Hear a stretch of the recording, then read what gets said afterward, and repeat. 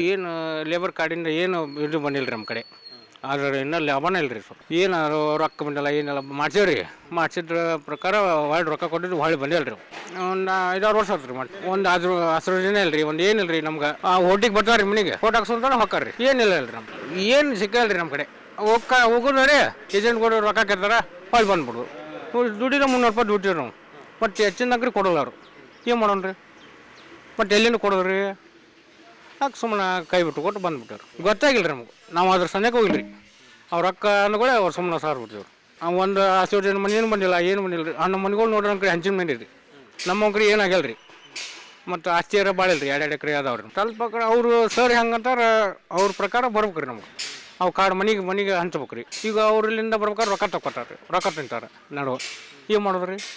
ಯಾರೂ ಹೆಲ್ಪ್ ಇಲ್ಲ ರೀ. ಈಗ ಬಸ್ ಚಾರ್ಜ್ ತುಟ್ಟಿ ಆಗ್ಬಿಡ್ತು. ದಿನ 300 ರೂಪಾಯಿದಾಗ ರೀ ಬಸ್ ಚಾರ್ಜ್ ತೆಗಿಬೇಕು ರೀ. ಎಷ್ಟು ಉಳಿದೈತೆ ರೊಕ್ಕ ರೀ?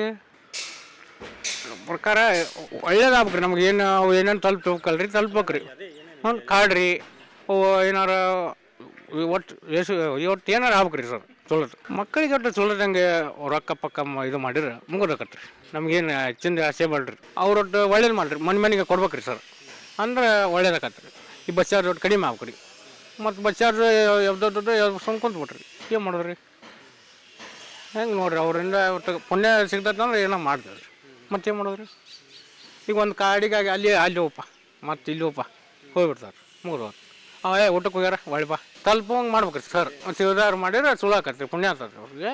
ಈಗಪ್ಪ ರೀ ಮರೋಬ್ರಿ. ನನ್ನ ಹೆಸರೇ ಗುರುರಾಜ್ ಅಂತ್ರಿ ಸರ್. ಲೇಬರ್ ವರ್ಕ್ ಮಾಡ್ಕೊಂತಾನೆ 3 ವರ್ಷ ಆತ್ರಿ. ನಾ ಈಗ ಇಲ್ಲೇ ತೋರ್ಸಂದೆ ನೋಡ್ರಿ, ಇದೇ ಫಸ್ಟ್ ಟೈಮ್ ನಂಗೆ ಕೈಯಾಗ ಸಿಕ್ಕೈತಿ. ಇದನ್ನಂತರ ನಾನು ನೋಡಿದ್ದು ಇವತ್ತು, ಕೇಳಿದ್ದು ಇವತ್ತು. ಅದಕ್ಕಂದ್ರೆ ಇದ್ರೊಳಗಿಂದ ಭಾಳ ಅಂದ್ರೆ ಭಾಳ ಕೊಟ್ಟಾರಿ ಅವ್ರು. ಅದೈತಿ ಇದೈತಿ ಅಂತ ಭಾಳಷ್ಟು ಅದಾವ.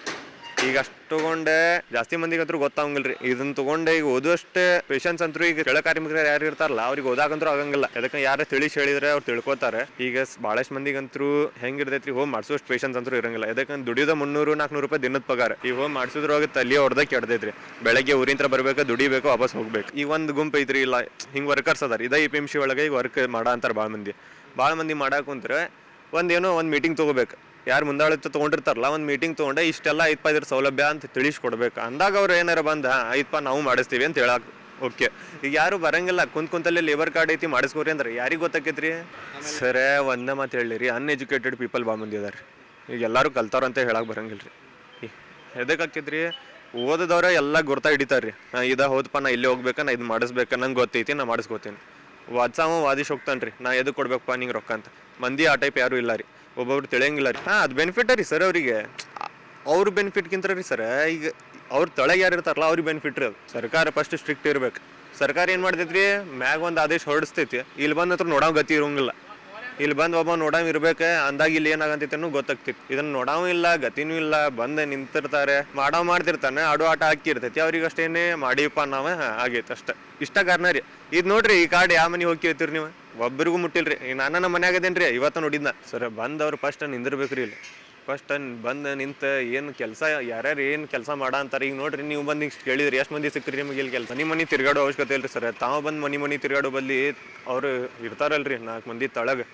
ಈಗ ಇರ್ತಾರ್ರಿ, ಎಲ್ಲಾರ ಕಡೆನೂ ಇರ್ತಾರ್ರಿ, ಅಧಿಕಾರಿಗಳು ಆಗ್ತಾರ್ರಿ, ಜಾಯ್ನ್ ಆಗ್ತಾರ್ರಿ ಮಂದಿ.